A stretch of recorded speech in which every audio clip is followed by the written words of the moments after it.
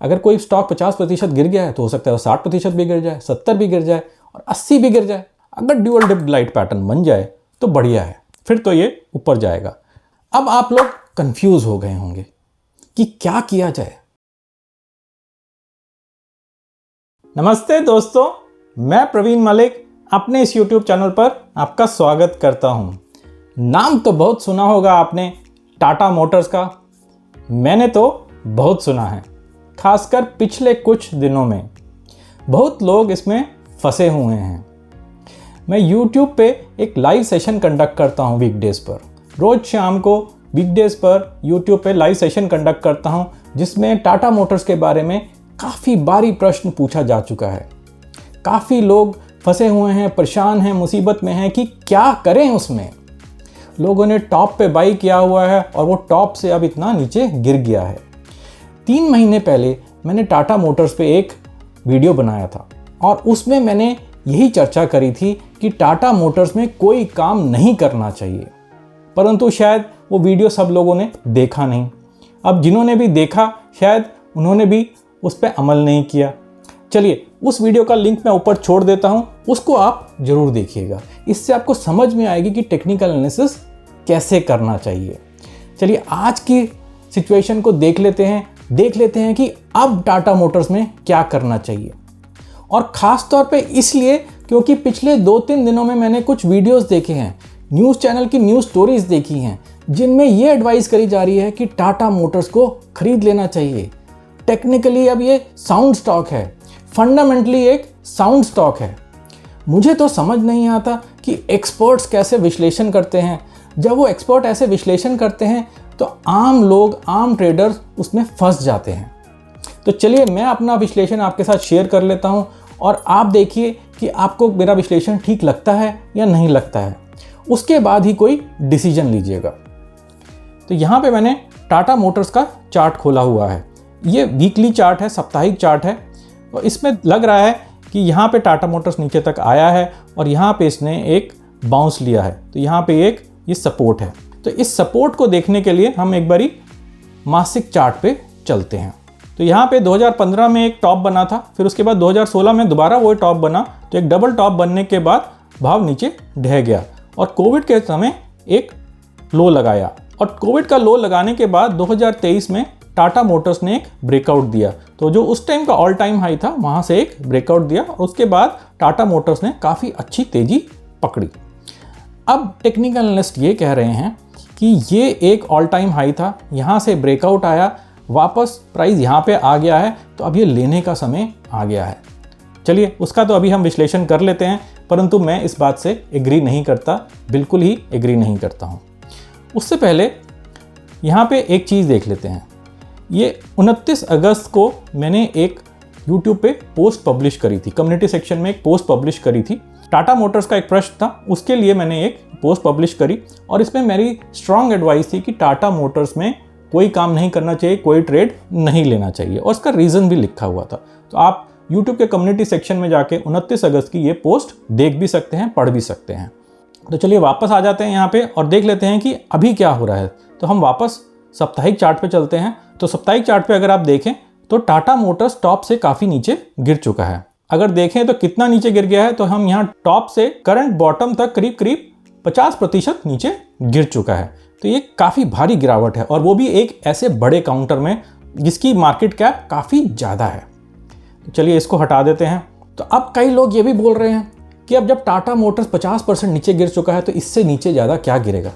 अब ये कहीं कोई किताब में लिखा हुआ है, कोई सेबी की गाइडलाइंस हैं, कोई NSE ऐसा कुछ बोलता है कि अगर कोई स्टॉक 50% नीचे गिर चुका है तो उससे ज़्यादा वो नीचे नहीं गिर सकता? ऐसा तो कुछ भी नहीं है।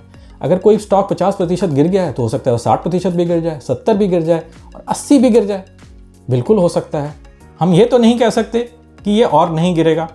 अब कुछ लोग ये कह रहे हैं कि क्योंकि ये सपोर्ट की लाइन है और यहाँ ये सपोर्ट बहुत ही महत्वपूर्ण सपोर्ट है, यहाँ से इसने बाउंस लिया है इसलिए अब ऊपर जाएगा ही जाएगा। ऐसा भी कुछ नहीं है। जब कभी कोई स्टॉक सपोर्ट की लाइन पर आता है तो उसके बाद ऊपर जाता है, फिर एक पुल बैक आता है, फिर दोबारा उसके बाद ऊपर जाना शुरू करता है। तो अगर ये ऊपर गया है, पुल बैक को आने दीजिए, उसके बाद अगर ऊपर जाएगा तो फिर देखेंगे। अभी तो इसमें कोई काम करने वाली चीज़ नहीं है। अब आप लोग कंफ्यूज हो गए होंगे कि क्या किया जाए। टीवी पे तो विशेषज्ञ एक्सपर्ट्स राय दे रहे हैं कि टाटा मोटर्स खरीद लेना चाहिए और अभी के अभी खरीद लेना चाहिए, और प्रवीण बोल रहा है कि इसमें कोई काम नहीं करना चाहिए। तो कौन सही है? कोई भी सही नहीं है, ना मैं सही हूँ ना वो सही है। अगर आपको टाटा मोटर्स में या किसी भी अन्य स्टॉक में काम करना है तो आपको खुद सीखना पड़ेगा। जब तक आप खुद नहीं सीखेंगे आपकी कन्विक्शन नहीं आएगी, और अगर आपकी कन्विक्शन नहीं आएगी तो आप स्टॉक को खरीद नहीं पाएंगे, स्टॉक को होल्ड नहीं कर पाएंगे और बड़े प्रॉफिट्स नहीं कमा पाएंगे। अगर आप 2, 4, 5% के प्रॉफिट में लगे रहे तो ठीक है, किसी की बात सुन लीजिए, उसकी बात पे समझ लीजिए और ट्रेड ले लीजिए। लेकिन अगर आपको बड़े प्रॉफिट्स कमाने हैं 40% के, 50% के, 100% के, तो आपको खुद ही सीखना पड़ेगा। और सीखना काफ़ी आसान है। कैसे आसान है? तो उसके लिए मैंने अपने YouTube चैनल पे एक पूरी ट्रेनिंग अपलोड करी हुई है। तो अगर आप मेरे YouTube पे जाएंगे, प्लेलिस्ट पे जाएंगे, तो प्लेलिस्ट में एक पूरी ट्रेनिंग है जिसका नाम है master swing trading, free swing trading course. तो आप इसको देखिए, इसमें 24 लेसन्स हैं और इन 24 लेसन्स में मैंने पूर्णतः समझाया हुआ है कि स्विंग ट्रेडिंग कैसे करी जाए, चार्ट्स को कैसे पढ़ा जाए, टेक्निकल एनालिसिस को कैसे समझा जाए। ये 24 लेसन्स हैं, एक एक करके देखिए। अगर कुछ नहीं समझ में आ रहा है तो आप मेरे YouTube लाइव सेशन पे आ सकते हैं और मुझसे प्रश्न कर सकते हैं। चलिए वापस चलते हैं और टाटा मोटर्स को देख लेते हैं। तो चलिए समझ लेते हैं कि टाटा मोटर्स में अब काम कैसे करना चाहिए, अगर ट्रेड लेना चाहिए तो कब लेना चाहिए। तो सबसे पहले तो मैं इस बात का खंडन करना चाहूँगा कि ये जो सपोर्ट की रेखा है, इसके नीचे टाटा मोटर्स का स्टॉक नहीं गिर सकता। चलिए इसके समझने के लिए हम हिस्ट्री में थोड़ा सा चले जाते हैं। तो यहाँ पे मैं मंथली चार्ट पे जा रहा हूँ। तो अगर आप हिस्ट्री में जाएंगे तो देखेंगे कि टाटा मोटर्स कई बारी 50% से ज़्यादा नीचे गिरा है, 90% नीचे गिरा है। तो ऐसे समय में क्या अभी नहीं गिर सकता? बिल्कुल गिर सकता है। आज भी वो 90% गिर सकता है, आज मतलब अगले कुछ महीनों में। लेकिन क्या गिरेगा या नहीं गिरेगा वो तो वक्त ही बताएगा। तो उसके लिए मैं आपको एक ट्रेडिंग स्ट्रैटेजी जरूर बता दूंगा, परंतु अभी ये देख लेते हैं कि हिस्ट्री में क्या हुआ था। तो 2015 में टाटा मोटर्स ने एक टॉप लगाया था। जरा इस टॉप से नीचे तक आए, टाटा मोटर्स कितना गिरा?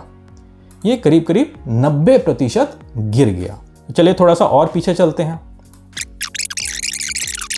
और उसके बाद 2007 में टाटा मोटर्स करीब करीब 90% नीचे गिर गया।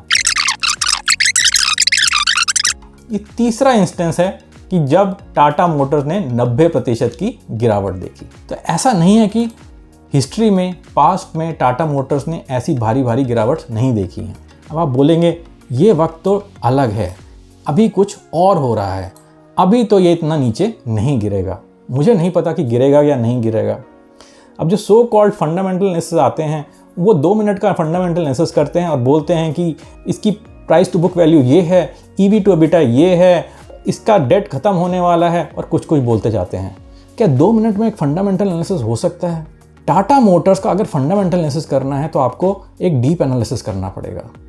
मुझे नहीं पता कि टाटा मोटर्स कितनी कंट्रीज़ में काम करता है, परंतु हो सकता है 50 कंट्रीज़ में काम करता हो।